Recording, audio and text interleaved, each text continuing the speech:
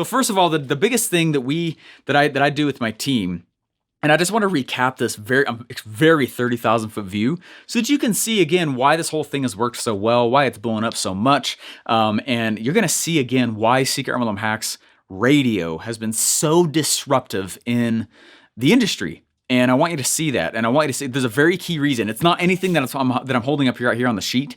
I'm going to cut over to it in the video and you'll see in just a second why. Okay. But first of all, what I do is I teach traffic methods.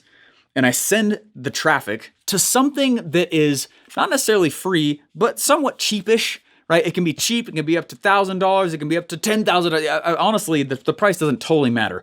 But the reality, what the point of it is that this self-liquidating offer, this is what actually goes and pays for the ads.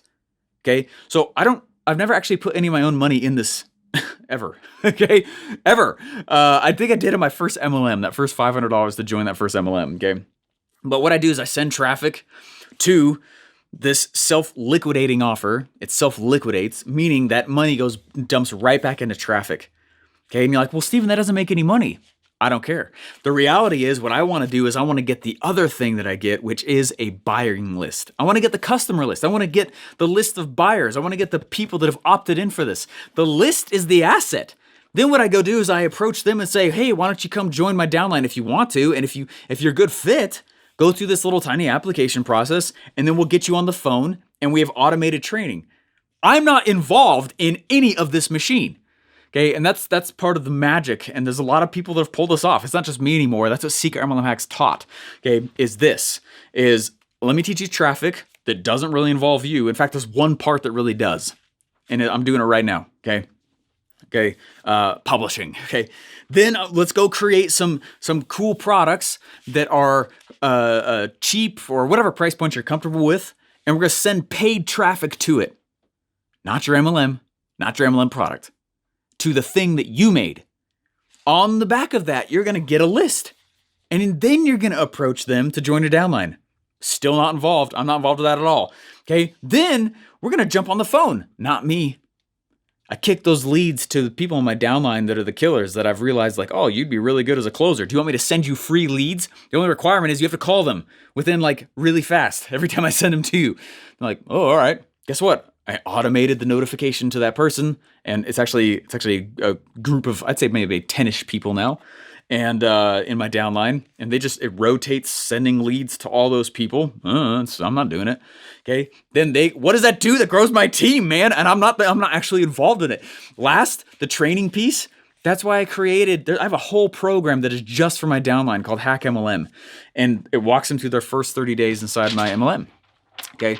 Now I'm telling you all this because I just want to recap real fast on why this has been such a big deal, why I worked and hacked the MLM model. I love what I do. It's super fun. I love it. When I first got hired by Russell Brunson, I was a good funnel builder, but I was not really a marketer. And so I was really good at building funnels, but I was still largely broke because money is the byproduct of marketing, not a product. Oh, write that on a t-shirt, staple to your face, okay? Because that's a big one, okay? I was a good funnel builder. I was a bad marketer. So I was his funnel builder at ClickFunnels, Russell Brunson's. What? Oh my gosh, can you imagine? That guy was top in 2 MLMs at the same time in his life. Like, that's insane, all with the same power of the things I'm teaching. Where do you think I learned a lot of it, all right? But what I was doing is I was just hustling. And I was just learning and I was putting things together and I realized all these different things and my brain just turned on once I left college even more than it had. And I started getting tired. I would sleep from midnight to 5. I would ride my bike because we didn't have enough money for another car, and I would ride it into ClickFunnels' office.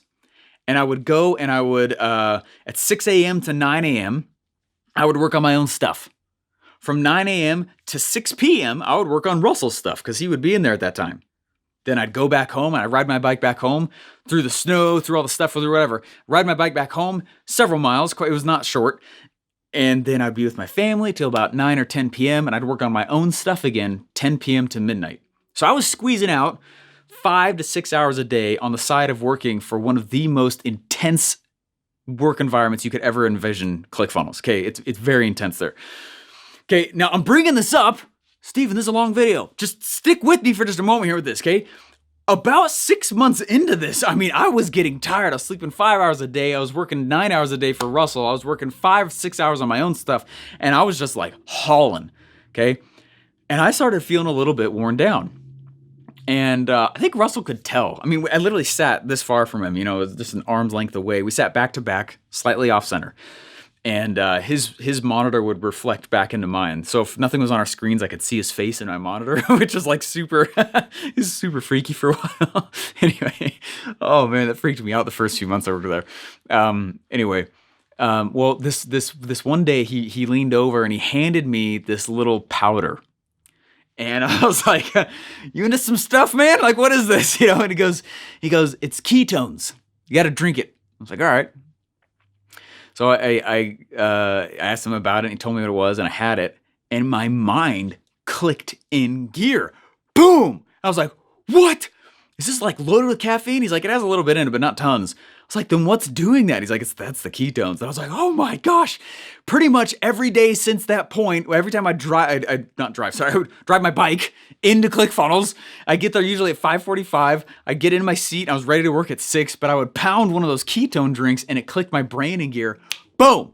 I do accredit a significant amount of what I've been able to get done in such a short amount of time to drinking consistent therapeutic ketones most of my life.